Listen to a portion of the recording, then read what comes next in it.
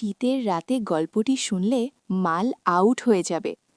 আমিও আমার দুহাত দিয়ে আরিফের কোমর জড়িয়ে ধরেছিলাম, কিন্তু যখন আমার মনে হলো আরিফ আরও কিছু করার চেষ্টা করছে, তখন আমি তাকে ধীরে ধীরে বললাম, আরিফ, দয়া করে দরজাটা বন্ধ করে দাও। আমার কথা শুনে আরিফ হেসে বলল, এখন এখানে কে আসবে?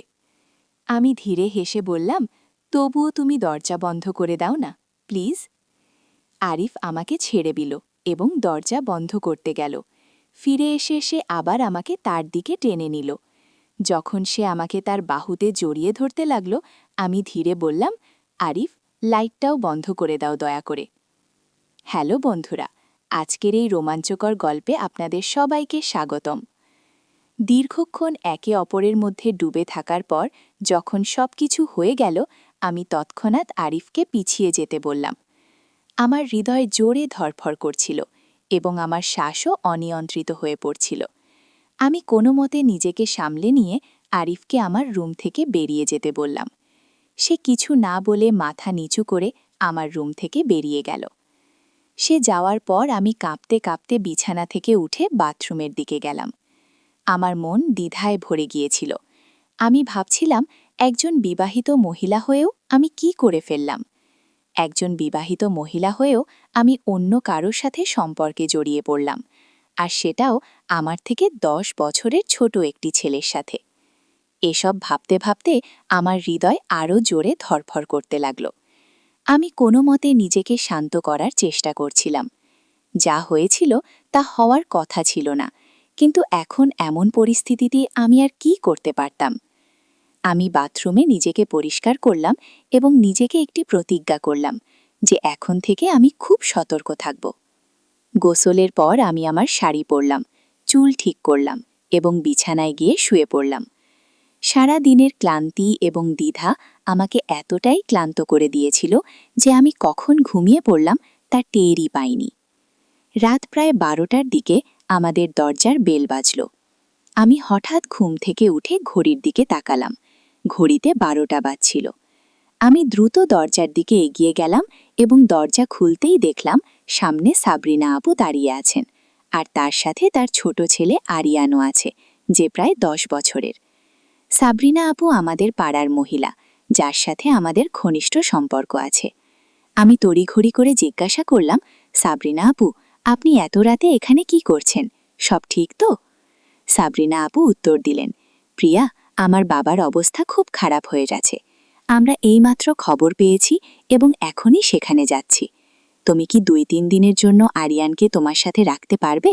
সে তোমাকে একদমই বিরক্ত করবে না এবং আমরা খুব শীঘ্রই ফিরে আসব। আমি তৎক্ষণাৎ বললাম, কোনো সমস্যা নেই আপু, এটাও তো আপনারই ঘর। আপনি নিশ্চিন্তে যান, আর আরিয়ানের কোনো চিন্তা করবেন না। আমি তার পুরো খেয়াল রাখব। সাবরিনা আপু আরিয়ানকে আমার কাছে রেখে তাড়াহুড়ো করে চলে গেলেন। আমি দরজা বন্ধ করে আরিয়ানকে নিয়ে ভিতরে চলে এলাম। আমি আরিয়ানের জন্য টিভি অন করে দিলাম এবং তাকে জিজ্ঞাসা করলাম, আরিয়ান, তুমি খাবার খেয়েছ? সে বলল, না খালা, এখনো খাইনি। আমি হেসে বললাম, ঠিক আছে, তুমি ততক্ষণ টিভি দেখো, আমি এখনই তোমার জন্য খাবার নিয়ে আসছি। আমি খাবার গরম করে টেবিলে রেখে আরিয়ানকে পরিবেশন করলাম। আরিয়ান খেতে শুরু করলো আর আমিও তার পাশের চেয়ারে বসলাম। আরিফ এখনো খাবার খায়নি এবং আমি নিজে তাকে ডাকতে যেতে চাইছিলাম না। আমি জানতাম আমি তার চোখের দিকে তাকাতেও পারবো না। আমি ভাবছিলাম, যা কিছু হয়েছে তাতে কার ভুল ছিল, আমার ভুল নাকি আরিফের ভুল? কিছুক্ষণ পর আমি আরিফের পায়ের শব্দ শুনতে পেলাম। তার পায়ের শব্দ শুনে আমি আমার চিন্তা থেকে বেরিয়ে এলাম। আমি তার দিকে না তাকিয়ে তাকে বললাম, আরিফ, তুমিও খাবার খেয়ে নাও, আমি খাবার গরম করে রেখেছি। সে আমার পাশের চেয়ারে বসল এবং চুপচাপ খেতে শুরু করলো। আমিও খাচ্ছিলাম, কিন্তু আমার চোখ বারবার আরিফের দিকে যাচ্ছিল। আমি ভাবছিলাম, একজন বিবাহিত মহিলা হয়েও আমি কি করে ফেললাম। আরিফ খেতে খেতে আমাকে জিজ্ঞাসা করল, এই বাচ্চাটা কে? আমি চোখ না তুলে উত্তর দিলাম, এটা সাবরিনা আপুর ছেলে আরিয়ান। তার বাবার হঠাৎ খুব অসুস্থ হয়ে পড়েছে, তাই তারা তার কাছে গেছে এবং আরিয়ানকে আমাদের কাছে রেখে গেছে। এরপর আমাদের মধ্যে কোনো কথা হলো না এবং আরিফ খাওয়া শেষ করে তার রুমে চলে গেল। আমি সব বাসন তুলে রান্নাঘরে রেখে দিলাম। তারপর আরিয়ানকে নিয়ে আমার রুমে গেলাম এবং দরজা ভিতর থেকে বন্ধ করে দিলাম। আমি আরিয়ানকে আমার সাথেই শুইয়ে দিলাম, কারণ সে তো একটা ছোট বাচ্চা। যদি আমি তাকে আলাদা শুইয়ে দিই তাহলে হয়তো রাতে তার ভয় লাগতে পারে। আরিয়ান আমার বিছানায় শুয়েছিল এবং কিছুক্ষণের মধ্যেই ঘুমিয়ে গেল। কিন্তু আমি জেগেছিলাম।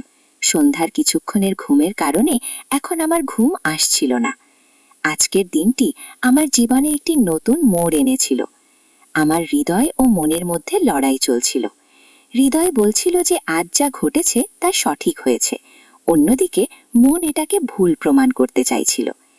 আমার হৃদয় এও বলছিল যে একজন বিবাহিত মহিলা হয়েও আমি একটি অসম্পূর্ণ জীবনযাপন করছি, আর যদি ভাগ্য আমার জন্য কোনো পথ খুলে দেয় তাহলে এতে কি অন্যায় আছে।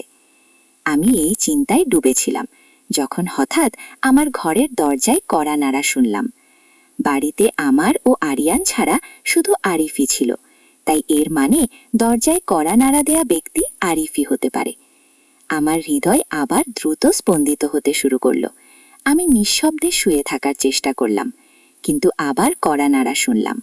আমি ভাবছিলাম যে কখনো আরিয়ান জেগে না যায়, আর এই ভেবে আমি ধীরে ধীরে উঠে দরজা খুলে দিলাম।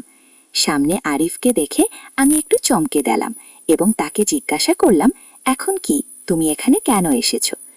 আরিফ মৃদু কণ্ঠে আমাকে জিজ্ঞাসা করল, আমি কি ভিতরে আসতে পারি? আমি বললাম, না, একেবারেই না, তুমি যাও এখান থেকে। এত বলেই আমি দরজা বন্ধ করে দিলাম। আমার শ্বাস দ্রুত ছিল এবং আমার মনে অনেক প্রশ্ন উকি দিচ্ছিল। আমি ভাবতে শুরু করলাম, সে ভিতরে আসতে চায় কেন? সে কি আবার আমার সাথে কিছু ভুল করতে চায়? না, তা হতে পারে না।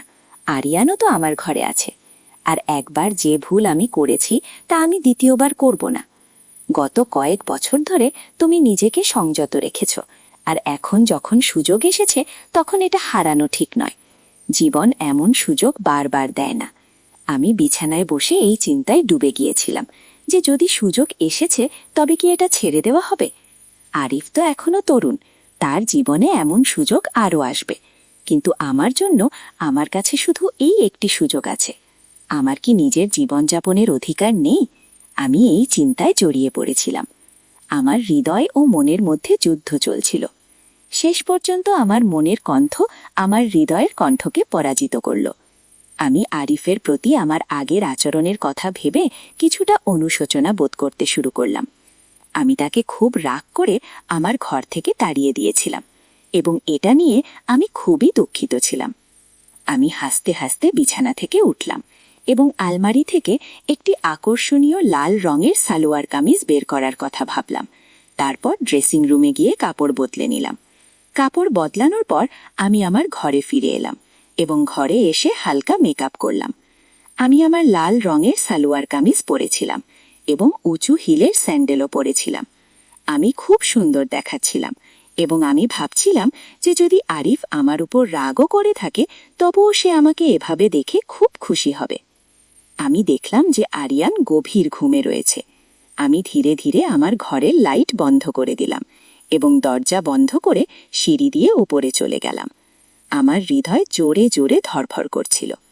যখন আমি উপরে পৌঁছলাম তখন দেখলাম যে আরিফের ঘরের দরজা খোলা আছে এবং ভিতর থেকে হালকা আলো বের হচ্ছে।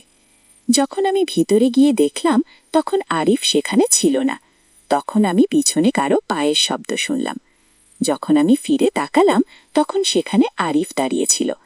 যখন আরিফ আমার কাছে এলো আমি সংকোচ বোধ করে জিজ্ঞাসা করলাম, তুমি এখনো ঘুমাওনি কেন? আরিফ এগিয়ে এসে আমার একটি হাত তার হাতে নিল। তার নিকটবর্তী হওয়ায় আমার হৃদয়ের স্পন্দন আরও বেড়ে গেল। আরিফ হেসে বলল, আমার বিশ্বাস ছিল যে তুমি অবশ্যই আমার কাছে আসবে। এত বলেই সে আমাকে তার দিকে টেনে নিল। আমি কোনো প্রতিরোধ ছাড়াই তার কাছে চলে গেলাম। আরিফ আমাকে তার বাহুতে জড়িয়ে ধরল এবং এই নিকটবর্তিতায় আমি একটি অদ্ভুত শান্তি অনুভব করছিলাম। আমি আরিফের বুকের মধ্যে আমার মুখ লুকিয়ে ফেললাম এবং ধীরে ধীরে বললাম, আরিফ, আমার খুব ভয় লাগছে।